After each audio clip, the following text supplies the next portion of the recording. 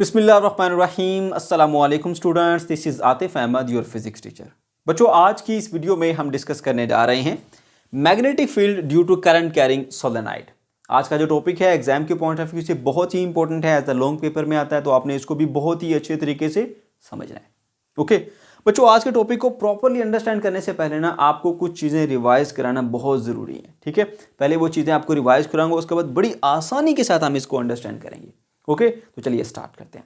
बच्चों, आपको याद होगा मैंने आपको कहा था कि जब हमने मैग्नेटिक फील्ड की वैल्यू कैलकुलेट करनी होती है कहीं पर, तो हम दो लॉज का इस्तेमाल करते हैं। Number 1 Biot-Savart law and number 2 पे हम इस्तेमाल करते हैं एम्पीयर्स लॉ।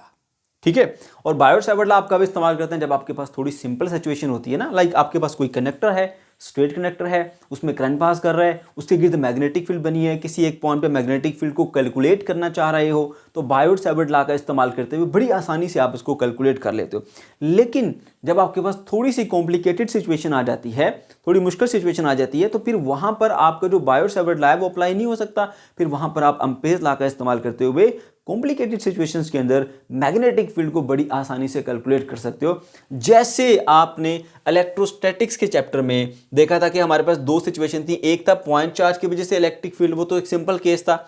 ठीक है, दो लॉज आपने पढ़े थे, एक कूलम लॉ पढ़ा था और दूसरा लॉ आपने पढ़ा था गाउस लॉ इस चैप्टर के अंदर। ठीक है ना, तो कूलम लॉ से ही हमने बड़ा आसान सा एक फॉर्मूला बनाया था पॉइंट चार्ज की इलेक्ट्रिक फील्ड इंटेंसिटी को कैलकुलेट करने के लिए। लेकिन जब हमारे पास थोड़ी सी सिचुएशन टफ हो जाती थी, कोई कॉम्प्लिकेटेड सिचुएशन आ जाती थी, like infinite sheet of charge आ गई आपके पास कोई स्फीयर आ गया जिस पे चार्जेस को डिस्ट्रीब्यूट किया हुआ है।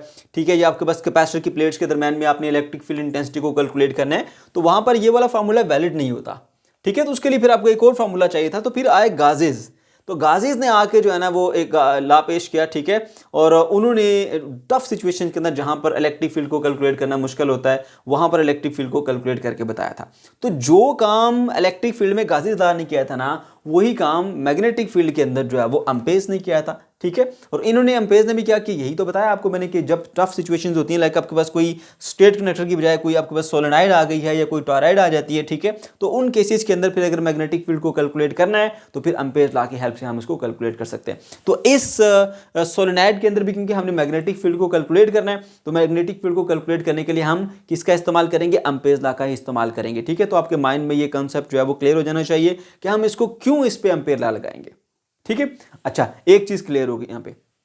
दूसरी बात यह कि हम एम्पीयर लॉ किस तरह से अप्लाई करते हैं, ठीक है, वो भी आपको मैं बता देता हूँ, सिखा देता हूँ। ठीक है ना, तो मैंने जैसे आपको अभी बताया कि गाउस लॉ की और एम्पीयर लॉ को अगर आपस में कंपेयर किया जाए तो काफ़ी ज़्यादा इनमें जो है वो सिमिलैरिटीज़ पाई जाती हैं। ठीक है, और आपको याद होगा जब हमने किसी भी पॉइंट पर इलेक्ट्रिक फील्ड इंटेंसिटी को कैलकुलेट करना होता ना, तो वहाँ पर हम क्या करते थे, वहाँ पर हमें क्लोज गाउसियन सर्फेस लेते थे। इसके अंदर भी ऐसा होता है। यहाँ पर जब हमने किसी पॉइंट पर जो मैग्नेटिक फील्ड की वैल्यू कैलकुलेट करनी होती है ना, तो वहाँ पर हम एक लूप लेते हैं। बट फर्क क्या है, यहाँ पर 3D गाउसियन सर्फेस लेते हैं और यहां पर जो है वो आप एक क्लोज लूप लेते हो।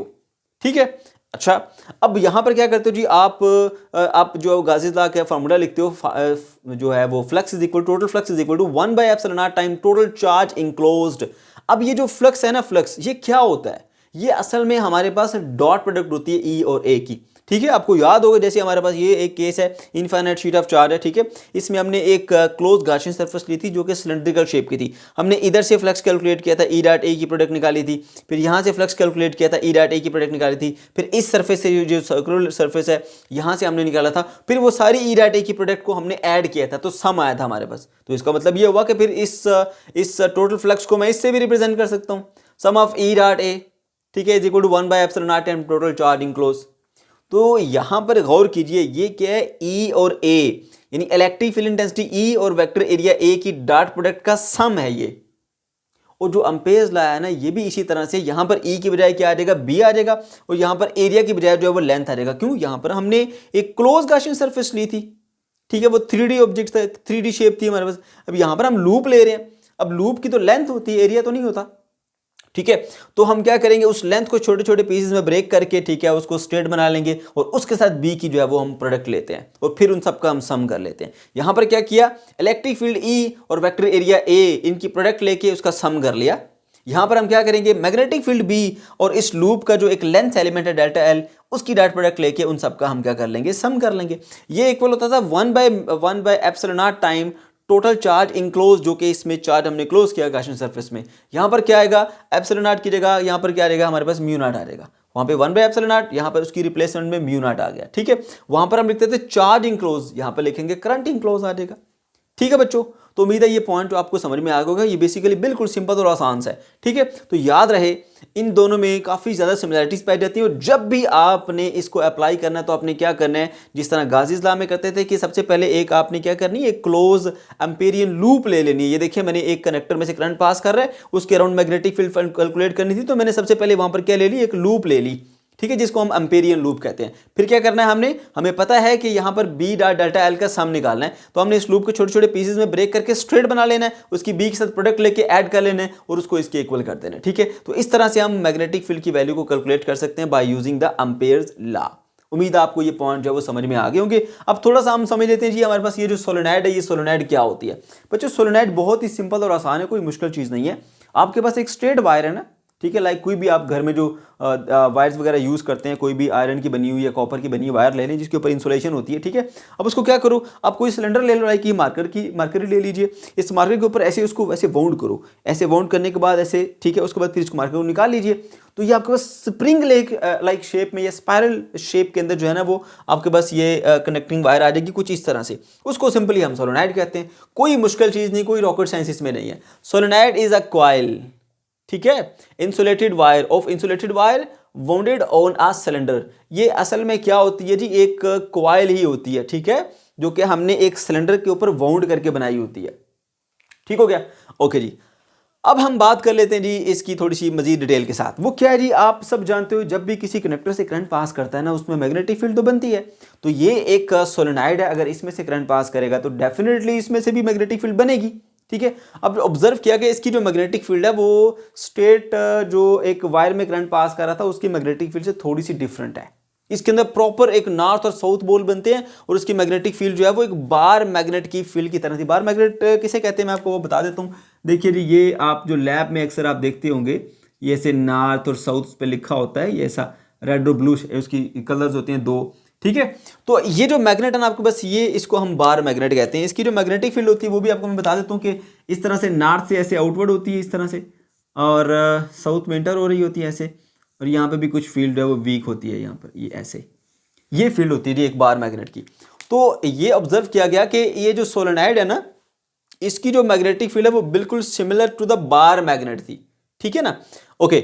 अब हमने ये समझना है कि आखिर इसकी जो फील्ड है वो इस तरह की क्यों आई, इसके अंदर प्रॉपर साउथ और नॉर्थ पोल क्यों बन गए, उसकी क्या वजह है, क्या लॉजिक है। यहां तक क्या क्या सीखा आपने, सोलेनॉइड क्या है भाई, स्ट्रेट वायर को एक सिलेंडर के ऊपर जो ऐसे बाउंड करके उस सिलेंडर को निकाल लो, तो आपके पास ये जो है वो इस तरह का स्प्रिंग लाइक शेप का ये कनेक्टर बन जाएगा। ठीक है, उसको आप सिंपली सोलेनॉइड कहते हो। ठीक है, उसमें से जब करंट पास करेगा तो वो मैग्नेटिक फील्ड प्रोड्यूस करेगा, उसकी magnetic field similar to bar magnet होती है।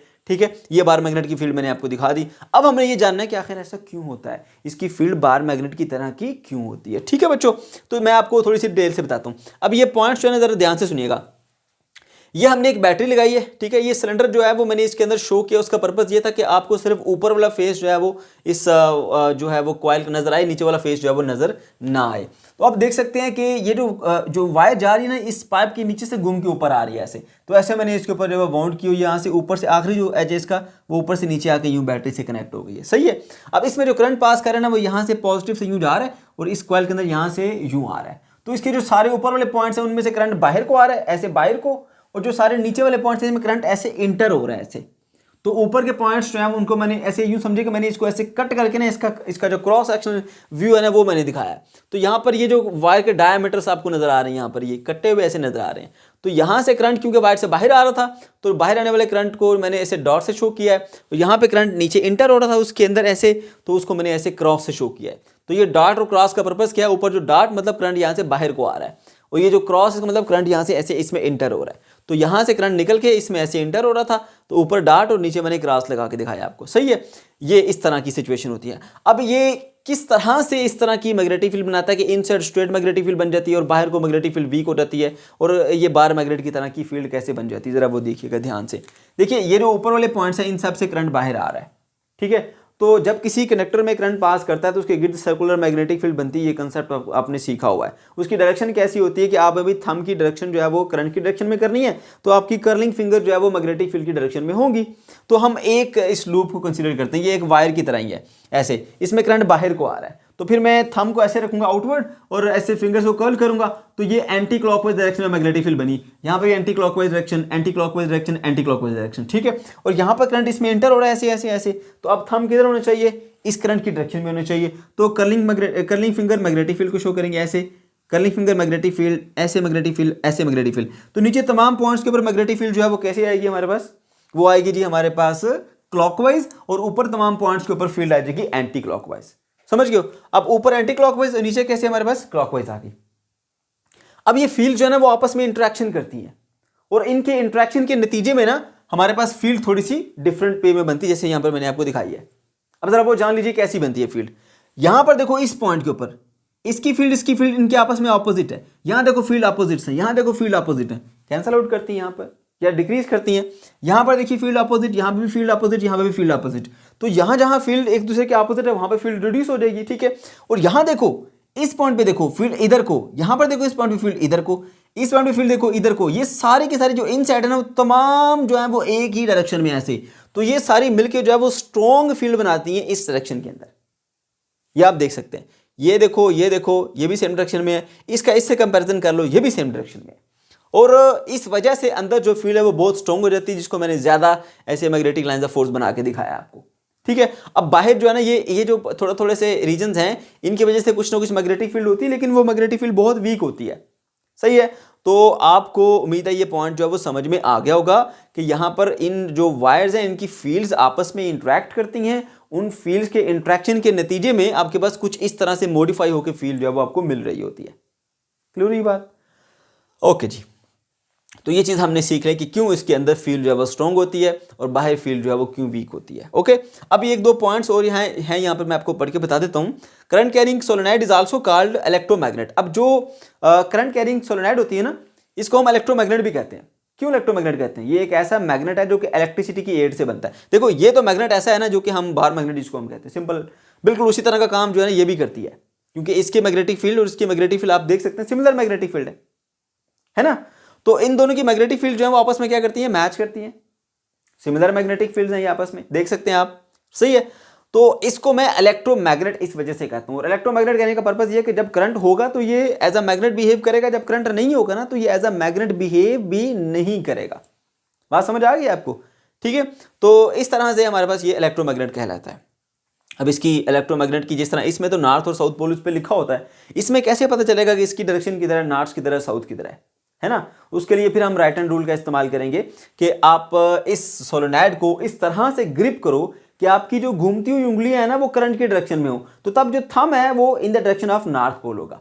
तो देखो मुझे यहां से पता चला ये बैटरी का पॉजिटिव है, ये नेगेटिव है, तो करंट यूं जा रहा है। अब इस पाइप के नीचे से होकर यूं आ रहा है, तो इसी रिस्पेक्ट से मैंने इसको यूं ग्रिप किया ऐसे, तो मेरी घूमती हुई उंगलियां करंट की डायरेक्शन में यूं गई, तो थंब किधर को है, इस तरफ को, तो इधर क्या होगा, नॉर्थ पोल होगा। ये नॉर्थ पोल आ गया और ये मेरे पास आ गया जी south pole.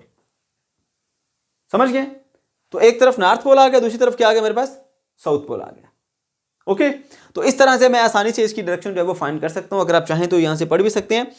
Grasp the solenoid in your right hand in such a way that the curling fingers are in the direction of current, then the thumb will be in the direction of north pole. ठीक है, और ये भी मैंने यहां पे लिख दिया कि फील्ड जो है वो स्ट्रॉन्ग होती है इनसाइड बट वीक होती है आउटसाइड होती है। ठीक हो गया बच्चों? उसके बाद आइडियल सोलेनॉइड क्या होते हैं बच्चों? आइडियल सोलेनॉइड वो होगी जिसमें ये जो टर्न्स है वो बहुत ज्यादा क्लोज होंगी। नंबर टू पे याद रखो कि जो इस ये जो हमारे पास एक लूप बनती है ना, एक लूप बनती है, बहुत सारी ऐसे टर्न्स आती हैं ऐसे, ये जो एक लूप बनती है हमारे पास, इस एक लूप का जो रेडियस है ना, रेडियस वो इसकी लेंथ के मुकाबले में बहुत कम होना चाहिए। यानी इस लूप का रेडियस कम होना चाहिए और लेंथ ज्यादा होनी चाहिए, तब आपके पास हो जाए वो आइडियल सोलेनॉइड बनेगी। तो दो कंडीशन आती है आइडियल सोलेनॉइड के लिए। नंबर 1 के लूप्स बहुत ज्यादा क्लोज होनी चाहिए, एंड नंबर 2 के जो रेडियस है लूप का वो लेंथ के मुकाबले में बहुत कम होना चाहिए, या लेंथ और रेडियस के मुकाबले में बहुत ज्यादा होनी चाहिए। तो यहां तक हमने ये सारे पॉइंट्स सोलेनॉइड के हवाले से इनको डिस्कस कर लिया। जो कि आपसे शॉर्ट क्वेश्चन के तौर पर या आपसे ऑब्जेक्टिव के तौर पर पूछे जा सकते हैं। ठीक है, अब हम कैलकुलेट करके देखते हैं जी किस तरह से हम मैग्नेटिक फील्ड कैलकुलेट करेंगे एक सोलेनोइड के इनसाइड। ठीक है, अब यही सोलेनोइड का केस जो है ना यहां से उठा के हमने यहां पर ड्रा कर दिया। ठीक है, आप देख सकते हैं ऊपर डॉट डॉट नजर आ रहे हैं इस करंट की मुताबिक। ठीक है, और नीचे आपको क्रॉस क्रॉस नजर आ रहे हैं, ऊपर डॉट डॉट नीचे के आगे क्रॉस क्रॉस आगे। सही है, और मैंने बताया था कि जब भी आपके पास कोई कॉम्प्लिकेटेड सिचुएशन होती है सोलेनोइड या टोरॉइड, तो उसमें मैग्नेटिक फील्ड को कैलकुलेट करने के लिए आप किसका इस्तेमाल करते हो? आप इस्तेमाल करते हो जी एम्पेयर्स लॉ का। ठीक है, तो यहां पर इस पे एम्पेयर्स लॉ लगाना है और एम्पेयर्स लगा के हमने मैग्नेटिक फील्ड की वैल्यू को कैलकुलेट कर लेना है। ओके, तो एम्पेयर लॉ लगाने के लिए क्या करते हैं हम? उसके लिए हम एम्पेरियन लूप कंसीडर करते हैं। जैसे गाउसियन लॉ को अप्लाई करने के लिए हम गाउसियन सरफेस कंसीडर करते थे, ऐसे एम्पेयर लॉ को लगाने के लिए एम्पेरियन लूप लगाएंगे हम। ठीक है, तो यहां पर देखिए जी, ये हम सबसे पहले कुछ बातें लिख देते हैं। A current I in the solenoid produces the magnetic field B. एक करंट आई सोलेनोइड से पास करता है जिससे मैग्नेटिक फील्ड क्या बन जाती है? बी बन जाती है। ठीक है, अच्छा, consider an Amperian loop ABCD है। एक हम एम्पेरियन लूप ले लेंगे एबीसीडी। यहां पर हमने ये एक एम्पेरियन लूप ले लिया। ठीक है, जो कि हमारे पास रेक्टेंगुलर शेप की है। ठीक है, और एम्पेयर्स लॉ को अप्लाई करेंगे इसको कैलकुलेट करने के लिए। अब एम्पेयर्स लॉ क्या है ये हमने जान रखा है जी। एम्पेयर लॉ क्या होता है? Sum of the product B dot delta L is equal to mu naught I total current enclosed. Total current enclose का मतलब जरा जान लो, इसका मतलब ये है कि इस लूप के अंदर कितना करंट आ रहा है। मतलब ये कि फर्स्ट कर लो 3 टर्न्स आ रही हैं इस लूप के अंदर, ऐसे 3 टर्न्स आ रही हैं। ठीक है, तो तीनों का करंट कितना है? आई आई आई है, तो इन सब का करंट ऐड होगा। मेरी बात समझ गए? टोटल करंट आएगा आपके पास। ओके जी, तो ये आगे सोलेनोइड, ये इसके अंदर हमने इस पॉइंट पे मैग्नेटिक फील्ड कैलकुलेट करनी है। यहाँ पे हमने ये एम्पेरियन लूप ले ली, वो हम अपनी आसानी से हम यहाँ पे रेक्टेंगुलर शेप की ले रहे हैं ताकि हमारे लिए इजी हो कैलकुलेट करना। वैसे किसी भी शेप की आप ले सकते हैं। ठीक है, ओके जी, तो एम्पेयर्स लॉ की सबसे पहले स्टेटमेंट लिखिए, सॉरी फार्मूला लिखिए। Sum of B dot delta L is equal to mu naught I enclose, total current enclose. अच्छा, अब ये बी डेल्टा एल की प्रोडक्ट्स को आपने ऐड करना है। तो ये हमारे पास वो लूप है। अगर सर्कुलर थी तो छोटे छोटे पैचेस में डिवाइड करके उसको स्ट्रेट बनाया था।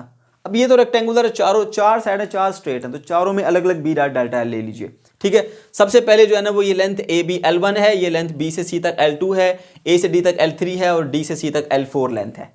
ठीक है, इन सब के अलोंग जो है वो आपने अभी प्रोडक्ट लेनी है बी और एल की। ठीक है, अब जरा पहले इनके एंगल भी देख लीजिए बच्चों। सबसे पहले ए और बी की ना मैं ब्लू से बनाऊंगा मैग्नेटिक फील्ड को और ब्लैक से बनाऊंगा लेंथ को। ठीक है, तो लेंथ केस, पहले केस के अंदर अगर आप देखें तो ऐसे है। ठीक है, ब्लैक कलर की लेंथ जो है वो मैंने बनाई है, और जो मेरे पास मैग्नेटिक फील्ड है वो भी किस तरह है, वो मेरे पास ये इस डायरेक्शन में है। तो इस केस के अंदर जो एंगल थीटा बनता है, थीटा की वैल्यू बनती है 0। ये वैल्यू डिग्री इस्तेमाल होंगी, इसलिए पहले इनको मैं लिख दूं, उसके बाद फिर मैं इस पर अप्लाई करके दिखाऊंगा आपको। ठीक है, दूसरा हमारे पास ये लेंथ आती है ये L2, और ये मैग्नेटिक फील्ड के साथ एंगल कितना बना रही है वो आपको बता देता हूं मैं। ये आ गई जी हमारे पास लेंथ ऐसे ऊपर से नीचे आ गई ये, और मैग्नेटिक फील्ड की जो डायरेक्शन है ना वो हमारे पास ये कुछ इस तरह से है। ठीक है, तो हमेशा याद रखो जो एंगल आप लेते हो ना, एंगल हमेशा आप पॉजिटिव एक्सिस से स्टार्ट करते हो यहाँ से यूँ, तो ये एंगल आपका बनता है जी 270 डिग्री, 270 डिग्री। ठीक है, तो यहाँ पे जो हमारे पास ये L2 है, इसको मैं L2 लिख देता हूँ। ये हमारे पास ये L1 है, वो ऊपर एंगल 0 था, इसका एंगल कितना बन गया हमारे पास 270 बन गया। फिर तीसरी जो ये वाली है, ये बल्कि इसको ले लेते हैं पहले, ये ऊपर को जा रही है ऐसे लेंथ, और ये मैग्नेटिक फील्ड यूं को है, तो मैग्नेटिक फील्ड तो इधर को ही है ऐसे, और जो हमारे पास लेंथ एलिमेंट है वो ऐसे परपेंडिकुलर है। एंगल कितना बन गया हमारे पास 90 डिग्री बन गया। तीसरा केस भी आ गया। ठीक है ना, और ये कौन सी है जी हमारे पास, इस लेंथ को हम L3 कहेंगे।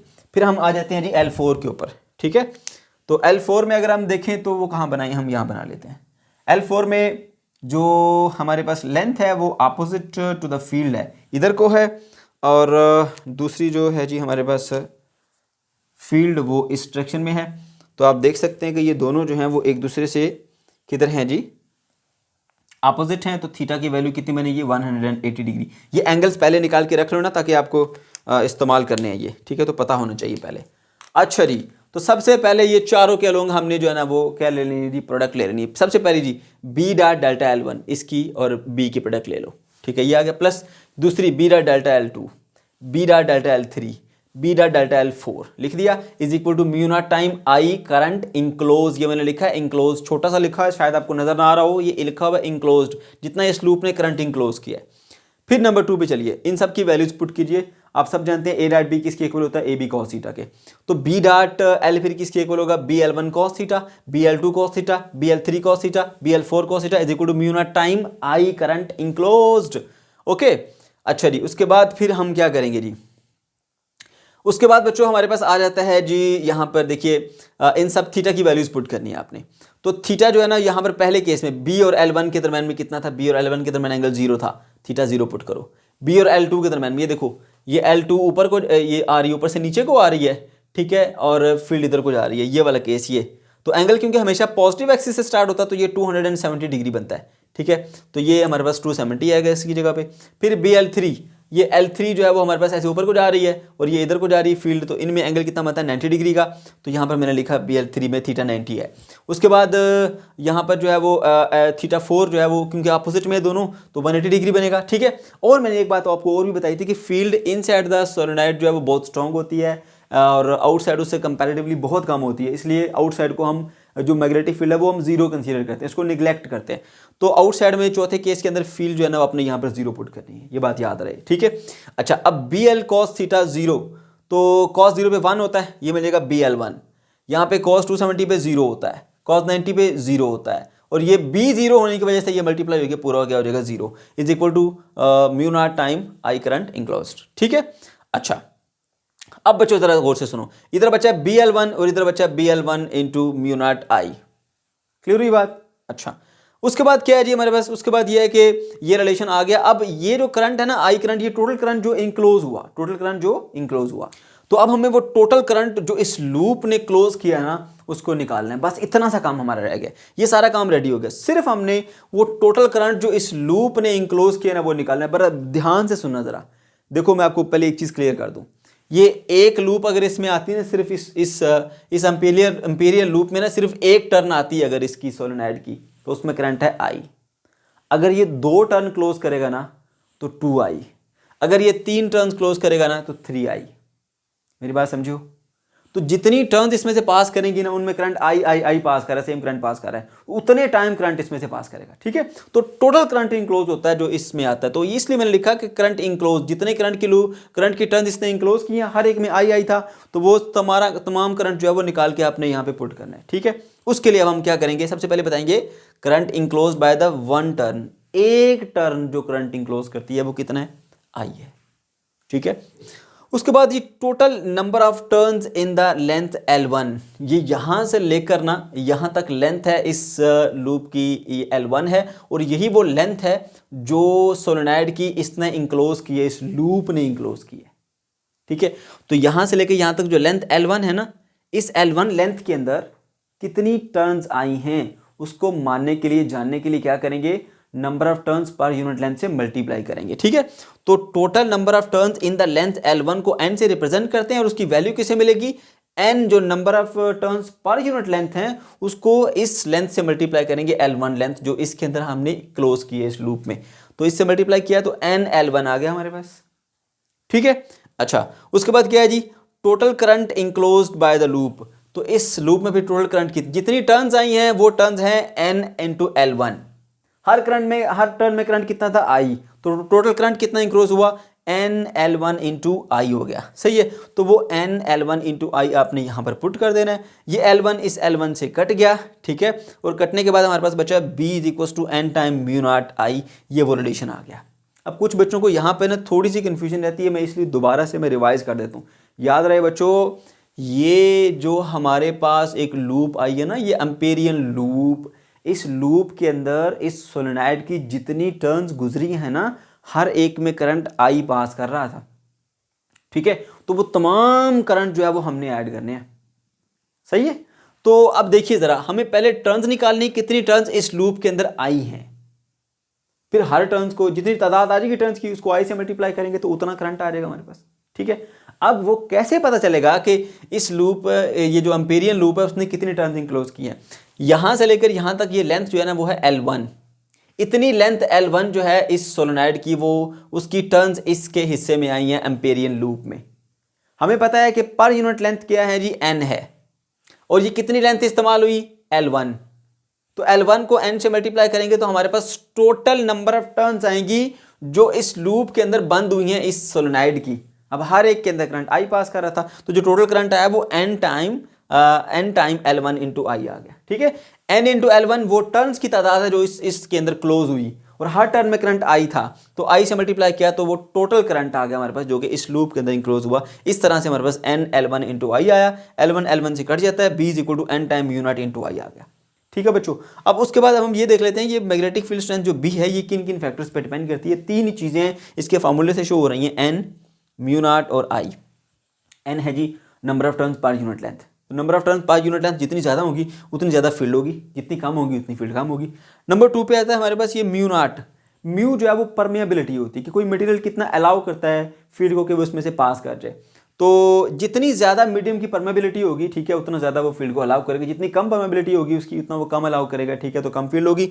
इस सेकंड पॉइंट हमारे पास डिपेंड करता है ये इसके ऊपर परमेबिलिटी के। तीसरा आता है हमारे पास करंट, जितना ज़्यादा करंट उतनी ज़्यादा फील्ड, जितना कम करंट उतनी कम फील्ड। ठीक है बच्चों, तो ये था हमारा आज का लेक्चर। अगर आपको कोई कन्फ्यूजन है या किसी किस्म का कोई प्रॉब्लम है तो कमेंट सेक्शन के अंदर आप ज़रूर पूछ सकते हैं।